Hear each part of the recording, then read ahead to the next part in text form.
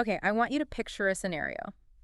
It's Sunday evening, that kind of fragile, quiet time, right between the weekend and the start of the work week. The Sunday scaries. Exactly. And maybe you're trying to wrap up a presentation for Monday, or maybe you're just trying to relax. Buy a pair of running shoes from that little independent shop you like. Yep. You type in the URL, you hit enter, Yeah. and nothing. You get a connection error. The site is just, it's dead. The classic page not found. That little digital spinning wheel of death. Right. So, you go through the usual ritual. You toggle your Wi-Fi on and off. Restart the router. Maybe mutter a few choice words at your internet provider. You assume, the shop's server crashed or something, but you're wrong. And that's where this gets weird. Completely. The internet works fine, the shop is fine. The reason you can't buy those shoes or finish your work is that hundreds of miles away, a soccer match just kicked off. It sounds like the premise for a dystopian movie, doesn't it? Hi, sorry, citizen, you can't access your work tools because Real Madrid is playing an away game. But based on the stack of documents and interviews we're covering today, this is the literal reality in Spain right now. It really is. We're diving deep into a fascinating, honestly infuriating and kind of terrifying situation. It involves La Liga, the Spanish professional football league, and how their war on piracy has mutated. Mutated is the right word. It's become something that's, it's literally breaking parts of the internet for completely innocent people. It's a classic case of be careful what you wish for. We're looking at a detailed breakdown here based on an interview with Román Ramírez from RootedCON. That's a huge cybersecurity conference. And Ofelia Tejerina, who's the president of the Association of Internauts. And they're describing a situation where a legal move, designed to protect broadcast rights, has turned into a digital cannonball. That's the core metaphor we need to unpack. How do you go from protecting a copyright, which, okay, that makes sense, to knocking out a newspaper or a charity website or a shoe store? Because when we talk about internet censorship, we're usually talking about authoritarian regimes. Not soccer leagues. Exactly. And that's why this is such a critical case study. This isn't government censorship in that traditional sense. It's like the privatization of censorship. A business entity using the courts to gain control over public infrastructure. Precisely. And the sources all point to a specific moment when this whole strategy shifted. That was February of last year. The trigger event. Correct. So La Liga got a court order, Yeah. it's technically called an auto, from a judge in Barcelona. And this order, it essentially gave them superpowers. Superpowers. I mean, before this, if you wanted to stop a pirate stream, you had to play sniper. Okay, let's explain the sniper approach. That's the traditional way, right? You find the specific server that's hosting the illegal video. You send a takedown notice, or you block that specific domain name. One shot, one target. It's precise. You target the bad actor. Exactly. But for La Liga, that's also slow. I mean, you have thousands of these streams, and they pop up and disappear in minutes. So they went to court and said the sniper rifle isn't working? They told the judge they needed a cannon, and they got it. They got permission to order internet service providers, the ISPs, to block IP addresses directly, in real time, without a judge reviewing every single block. Okay, for anyone listening who might not be a network engineer, we need to be really clear on why blocking an IP address is so much messier So much worse. than just blocking a website domain. The sources talk a lot about shared IPs and Cloudflare. Why is that so important? This is the absolute technical heart of the problem. And it all stems from the fact that the internet is, it's kind of full. Full. Yeah, I mean, the old address system, IPv4, it ran out of unique addresses years ago. We literally don't have enough numbers for every single computer to have its own permanent ID, so we have to share. I've heard it explained like an apartment building. Is that a good analogy? That is the perfect way to visualize it. Yeah. So imagine Cloudflare, which is this service that makes websites faster and more secure. Imagine it's a massive skyscraper. Okay. The IP address is just the street address of that building. Now, inside that building, in apartment 4A, you have a pirate streaming the match. Got it. But in 4B is a local newspaper. In 4C is that shoe store you mentioned. And in 4D is, say, a hospital's patient portal. And they all share the same street address. To the outside world, to the ISP, they all look like they're coming from the exact same IP address. So when La Liga's automated system sees that pirate signal coming from that street address, They nuke the whole building. They block the IP. And suddenly, the pirate in 4A goes dark. Maybe. But so does the newspaper, the shoe store, in the hospital. That is wildly irresponsible. I mean, if the police are chasing a suspect into an apartment block, they don't just brick up the front door and trap everyone else inside. No, because in the physical world, that would be, illegal imprisonment. But in the digital space, yeah, that's exactly what's happening. And the sources point out that for the user, this damage is invisible. Totally invisible. If you're the customer trying to buy those shoes, you don't see a message that says, this site is blocked by La Liga. No, you just see a timeout. You blame the business. So the shoe store loses a sale, and they lose their reputation, because I'm sitting here thinking their website is garbage. Right. And Monica Valle, who's part of this discussion in our sources, she points out that the reputational damage is just massive, and you can't quantify it. How does a small business prove they lost a client because of a soccer match? They can't. They just see their traffic fall off a cliff. There's this one anecdote in the notes that I found just infuriating. It wasn't a shoe store. It was someone just trying to do their job. Yes, this was a case Román mentioned. A professional working at 7 p.m. on a Sunday. There's a match on, Real Madrid versus Oviedo. This person sits down to access their management tools. We're talking boring, legitimate business software. And they're locked out. Locked out. Just because their software provider happened to share infrastructure with some pirate site. They weren't watching football. They were trying to prepare for the week. And boom, they're collateral damage in a war over sports rights. They literally could not access their own data until the match was over. Which brings us to the legal nightmare of it all. Ofelia Tejerina, the legal expert in the transcript. Yeah. She does not mince words. She calls this a fundamental rights violation. She frames it as a collision. On one side, you've got La Liga's intellectual property rights, which are real. Nobody's denying that. Of course. But on the other side, you have the freedom of information and the freedom of business. And in Spanish law, she brings up this concept of delito de daños, which is basically the crime of causing damage. So if you use a tool that you know is going to destroy someone else's property or business, you're liable. You're liable, exactly. Even if your intent is to stop a different crime, if your method just wrecks the livelihood of an innocent third party, that's a problem. And she argues that by using this cannonball approach, La Liga is actively harming people. But here's the kicker, and the part that's so hard to swallow. The judge signed off on it. How does a judge, whose job is to weigh evidence, look at a request to bomb an entire apartment building to catch one burglar and say, yeah, sure, go ahead? The sources are pretty critical of the magistrate from the Mercantile Court No. 6 of Barcelona. They argue he applied something called sana critica, judicial discretion, or sound judgment. Sound judgment. But the argument is that you can't have sound judgment if you don't understand the technical reality. He applied like a 20th century legal idea to a 21st century infrastructure problem. He probably just thought, block the pirate IP. Sounds reasonable. It stops the signal. And didn't grasp that an IP address in 2024 isn't one computer anymore. It's a gateway for thousands of entities.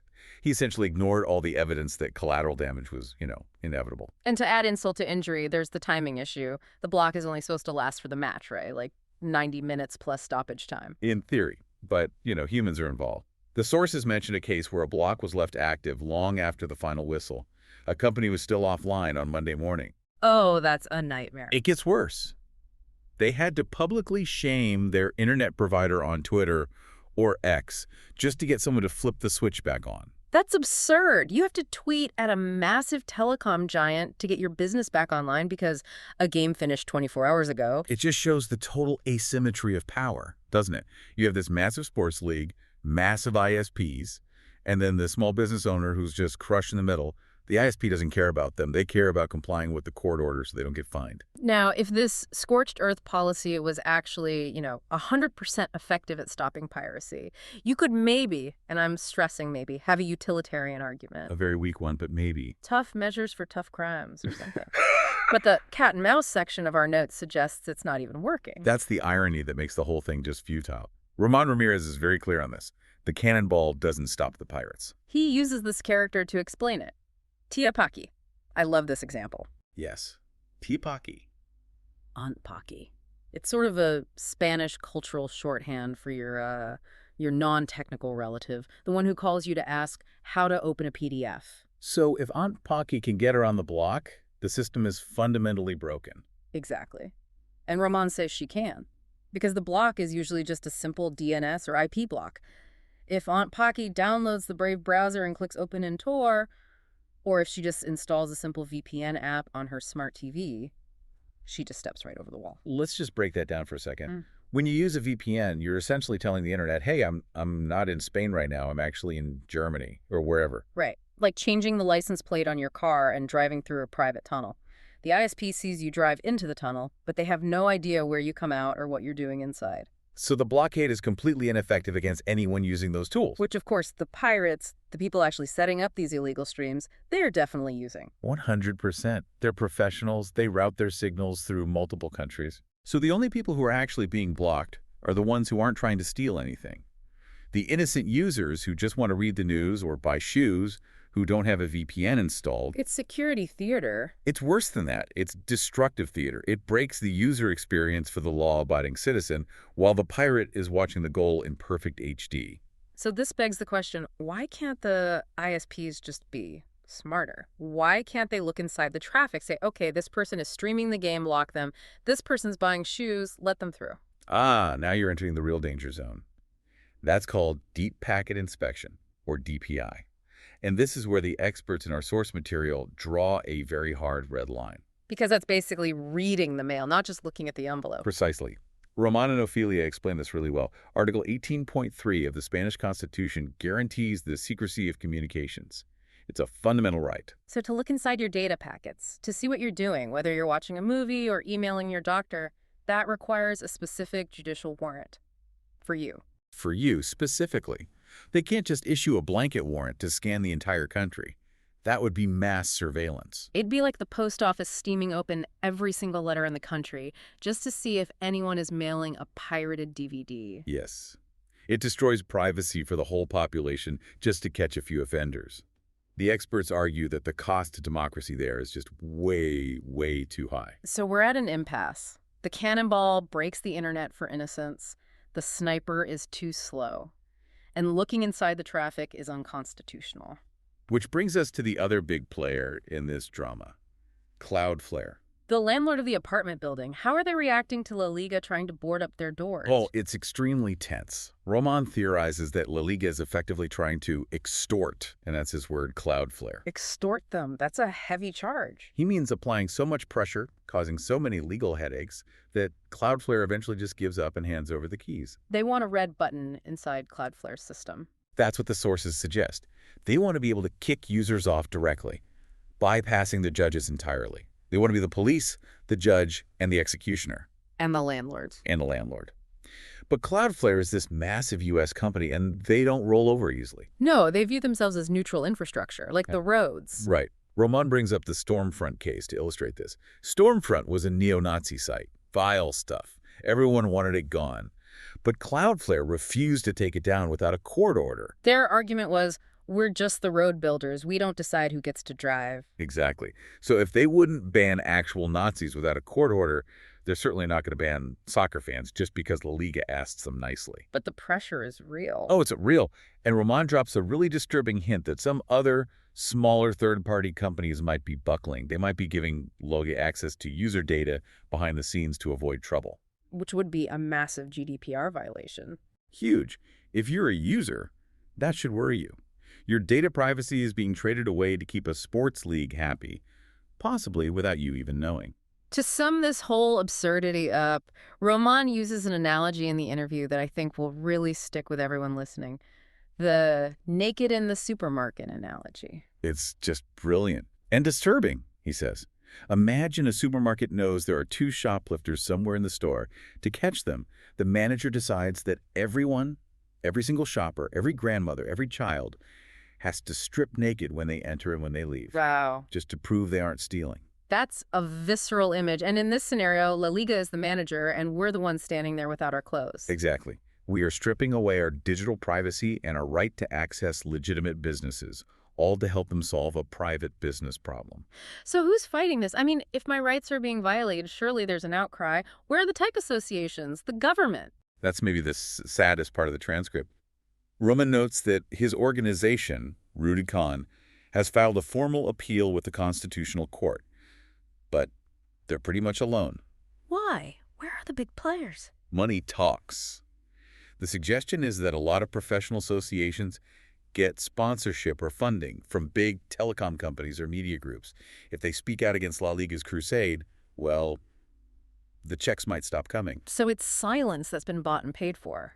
What about the ombudsman, the Defensor del Pueblo? They could act. They have the power to step in ex officio. They don't need to wait for a complaint. They can just step in to protect the people. But so far, crickets. It's a political hot potato. Nobody wants to be the one who says, I stopped La Liga from fighting piracy. Yeah. Football is powerful, very powerful in Spain. But the Association of Internauts isn't giving up. They have a strategy. They do. They're calling for a death by 1,000 cuts. They want every single user to file a formal complaint, a denuncia, every single time they find a legitimate site blocked. Is there a specific way to do that? Yes, there's a form at usuarios.es. The logic is, if 10 people complain, it gets ignored. If 10,000 people complain, the administration just drowns in paperwork and has to pay attention. It forces the system to see the scale of the collateral damage. Civil disobedience through bureaucracy. I like it. But let's look at the end game here. The tech is blunt, the law is lagging, the privacy violations are real. Is there actually a solution? Can they fix this? The technical consensus from our experts is a flat no. The Internet's architecture just doesn't allow you to block shared infrastructure surgically without collateral damage. You can't change the laws of physics or the TCP/IP stack just because you want to sell more football tickets. So the cannonball will always hit innocent people. Always. Which means if the tech isn't the answer, you have to look somewhere else. The business itself. Exactly. Ofelia draws this really sharp parallel to the music industry. Remember the late 90s? Napster, LimeWire? Oh, yeah. Spending 3 days downloading one song only to find out it was a computer virus. Good times. The music industry went to war. They sued grandmothers, they blocked sites, they tried to destroy the technology. And did that stop piracy? No. iTunes stopped piracy. Hey. Spotify stopped piracy. Convenience stopped piracy. The moment it became easier and more affordable to listen to music legally than to steal it, the problem basically vanished. Ofelia's argument is that La Liga is acting like a dinosaur. Instead of spending millions on lawyers and digital cannonballs. They should just offer a better product at a better price. Oh. Make it easier to watch the match legally than it is to find a VPN and a pirate stream. But looking at the transcript, the experts don't seem very optimistic that La Liga is going to have that epiphany anytime soon. No, they predict this situation will enquistar. It's a Spanish medical term that means to fester or become a cyst. Lovely. La Liga has incredibly deep pockets. They can afford to keep litigating, to keep this clumsy system going for years. A non-profit, like the Association of Internauts, runs on a shoestring. It's a war of attrition. And right now, the side with the money is winning, even if it has to break the internet to do it. It's a sobering reality check. We tend to think of the internet as this unstoppable force, but it's actually quite fragile. All it takes is a misunderstood court order and a clumsy script at an ISP to turn the lights off. It really highlights that our digital rights aren't guaranteed, are they? Not at all. We assume we have access to information, but that access is contingent on infrastructure that's owned by private companies and regulated by judges who might not really get how it works. So let's zoom out. What does this mean for you, the listener, even if you don't care about Spanish football? Why should someone in London or New York or Tokyo care about this? I think it's all about the precedent. We're watching a private entity, a sports league, effectively gain the power to police public internet infrastructure just to protect its bottom line. If we accept this for football, what happens next? That's the scary thought. What happens when the pharmaceutical industry wants that power to stop generic drugs? Or the oil industry wants it to shut down activists? Or a political party? Are we moving toward an internet where your ability to load a web page on a Sunday afternoon depends entirely on who has the most aggressive lawyers? That is a thought that will definitely stick with me next time I see a server not found error. I might just start wondering who's playing. It is a complex topic, but one we absolutely have to keep watching. The real fight for the internet is happening in these boring courtrooms and server logs. We will have links to usuarios.es and the full interview details in our show notes if you want to join that Death by 1,000 Cuts campaign. A huge thank you to the insights from Román Ramírez, Ofelia Tejerina, and the team at BitLife Media for bringing this to light. Thanks for having me. Stay curious, stay connected if your ISP lets you, and we'll catch you in the next deep dive.